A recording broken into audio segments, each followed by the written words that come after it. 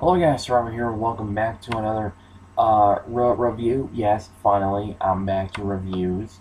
Like I said, I was trying to get back to reviews with the Batman Telltale series. I did try to record a review of this, and I really want to re-review this because I really don't want to do any spoilers or anything because the game is heavily story-based to where like any details that I will say will be potentially spoiling it, and I really don't because since Batman: The Enemy Within is about to wrap up with episode 5 on March 27, which is by the way your boy's birthday. I haven't recorded or even got Enemy Within yet, but I did play season 1 like back earlier, like a month ago. Like at least like at the end of February. Man, that shit is good. I really wanted to talk about it. It's just that things have been happening. Let's just say that. And what I really want to say about Batman, the Telltale series, the first season, is that it is amazing. Because the game starts off with an epic freaking fight scene. If you ever played the demo to episode 1, or you got to play episode 1 for free, on Xbox. If you got Xbox, I don't know if it's the same for PlayStation or PC, but yeah.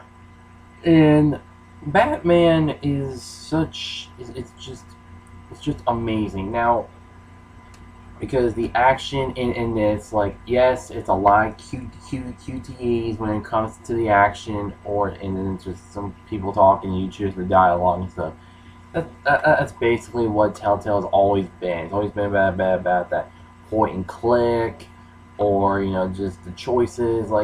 Telltale's always been like this, and they're not going to change this style anytime soon at all. But what I really want to talk about is I really don't want to speak about the story, but I really want to talk about the characters in it, specifically Batman himself, Bruce Wayne. Now, some people kind of complain about in season 1 that it's mostly a Bruce Wayne, game and not really about Batman. That's kind of, I feel like that's really a bad criticism, to be honest, because Batman is like Bruce Wayne is Batman. This is his story, and I'm glad that Telltale decided to look a bit more on Bruce Wayne, because you are playing him with someone that is also that is Batman and fighting crime. So I'm glad that they took the time to make that Batman is just not Batman. Like there's a person inside it, and that man is Bruce Wayne, and you get to see the shit that he has to go through the entire season, and I love that. I really love the take that they did on Bruce Wayne, and this is their own little universe they got going. So there are going to be some character differences, like every other incarnation of Batman. For example, Penguin. Yes, like I know a lot of people are going to be like, "Oh, this ain't the Penguin from from Tim Burton's or like version where he's just dark and crazy, or this isn't the mastermind, criminal warlord uh, that we know and love." Like let's say like that, Rocksteady did in the Arkham games that they did with the Penguin. It's it's like I really like this Penguin. I mean, because I really like the little take on him because Oswald Cobblepot, also known as the Penguin. I like their take on Oswald because it kind of shows that, because I like the little take that him and Bruce Wayne have a bit of a had a bit of a childhood together. I mean, if you remember correctly, if you look at the Penguin's backstory, like about like every incarnation, the dude's rich, or But in this incarnation of the Penguin, also known as Oswald, he he has like a bit of a history with Bruce. They used to be friends from back in the day, and when you go through this incarnation, you're like, dude, this is actually pretty interesting. I really liked about everybody else in this game. Harvey Dent, freaking awesome guy, also a good friend of Bruce Wayne. I really enjoyed their take on Harvey Dent and in his relationship with Bruce Wayne, which was great. Then there, Commissioner Gordon. I really liked him. He really wasn't in all that much, but you can trust him with stuff because you're mostly Batman when you see him. When you see Gordon, but he's still a good guy and stuff. Like he doesn't really get all that much screen time, but he can be pretty helpful here and there depending on what you choose. Uh, so Selena Kyle, also known as Catwoman, amazing character. I really liked their Catwoman here. Like she is literally one of the best Catwoman incarnations I've ever seen because she is still she's still the rogue type of anti-hero type character. She's still the Catwoman we all know and love.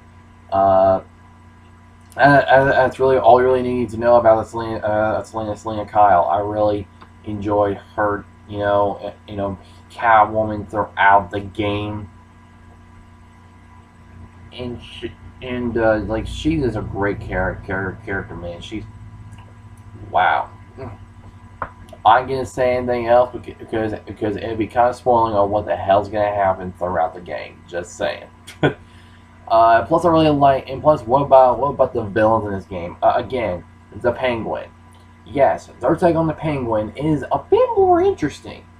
And I really like, again, I really like Oswald Cobblepot as the Penguin because he does, tell Bruce that a revolution is come and change Gotham for the better, and you're like, yup, Penguin's on the move. And also I really do not want to spoil like I really do not want to spoil on another villain because the way he becomes the villain is a bit spoilerish that happens for later, much later on. So I'm not gonna say shit about that villain. I mean, if you already know, then you already know. But in this review, I'm just not because it happens much later. You do see hints of it, like by episode 3, but I'm just saying. But I really do like their new villain that Telltale decided to do, and I'm glad they went with a whole new villain.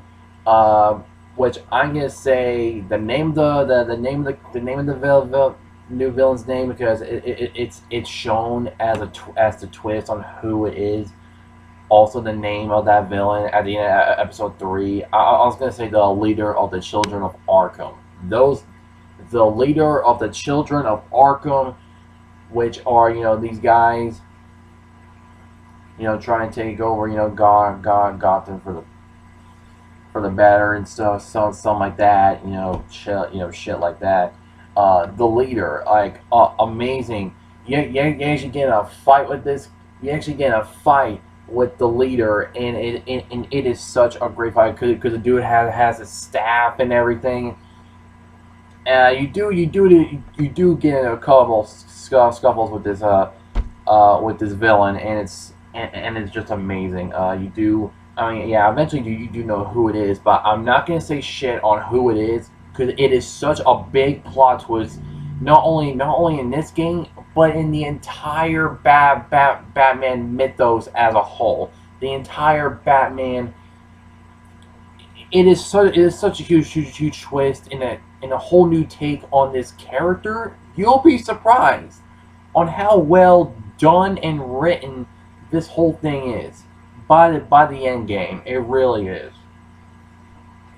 Again, there's so much going on in this game that you really cannot blame Telltale or that there's like you have. I mean, once you beat the game, you will not be surprised on why they decide to go ahead and another season like a year later, and I'm like, really already, son?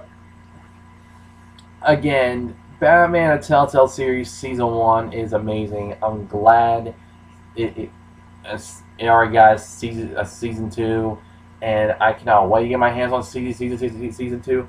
I did plan on recording season 1 of Batman, but I did not want to go ahead and record like many Telltale games because I really want to play the Back to the Future game on my own. I really want to play Tales from the Borderlands on my own, and I wanted to play the Batman game on my own. But the reason why I'm saying that is because I really wanted to play, Guardians of the Galaxy by Telltale, because I know that's finished, and I really want to get it so bad because it's such I just love Guardians of the Galaxy in general. I really, really do. I love the movie. I just like just the first movie alone. I'm just like, yo, I need to get the game by Telltale, because I heard because I did hear that it's one of their better games as of late in terms of writing and the characters. So I'm like, holy shit, dude! And I heard that the ending's kind of a bit of a mind fuck of its own, but I don't know. And I do plan on recording, The Wolf Among Us Season 2. I cannot wait for that. I do plan on, recording The Enemy Within. Batman Season 2. I plan on recording The Walking Dead, the final season. Like, there's gonna be maybe Minecraft Story Mode Season 2. I don't know, because I really enjoy Minecraft Story Mode. The very first season, that was good shit. I was really surprised on what they did with the first half. The second half is really good as well, but not as good as the first half, because the first half was pretty dark for a story based on Minecraft. You know what I mean? Nothing really else to say about that, because I really want to record these 4 games. Maybe 5 if I really want to do Minecraft Story Mode season 2, because season 1 was very good, surprisingly. I just wanted to say that because, yeah. But Batman: A Telltale Series is such an amazing game. Now, I know y'all probably wondering, oh, what about the choices? Oh, what about the detective stuff that happens like once like every episode? Since Batman is also known as the greatest detective ever known, like he's one of the world's greatest detective, like everyone calls him that. You do like since you like can like use your gear to actually try to orchestrate like how things have happened and stuff, and it'll make sense. Like even Batman like projects like the stuff like technically and shit, kind of like like a hologram from Star Wars or something, kind of like that. And it's actually really cool when you actually see that, and it's great. It's great. Like when you connect all these things, you're like, dude, I'm a freaking detective. But yeah, by the end of it, you're like, yeah, I'm a detective. And choices. The choices. Like, again, it's a Telltale game. By the end of the day, some of your choices really do not matter, except for like how people kind of feel about you, towards you by the end game to an extent, depending on your choices. Telltale's gone better, don't get me wrong.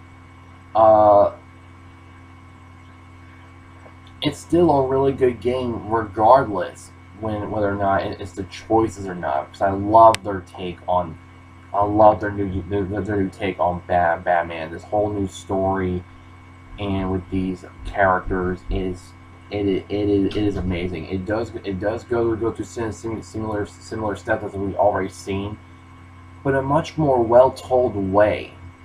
You get what I'm saying? So, and the choices are great. Some choices there really are some really good choices. Pretty ones that are like, oh my god, what should I choose? Especially like let's say the last 2 choices, like on what you want and what you want to do. It's like by like the end of episode 5, like it's really, really good. Great game. Really, really good game. The choices, again, sometimes it doesn't really matter, but what I really love about Telltale is that they let you choose on what you want to do and how you take it. And that's how I always viewed their games, and that's how I'm always going to do it, regardless of how linear the whole thing can get. Yeah. Okay.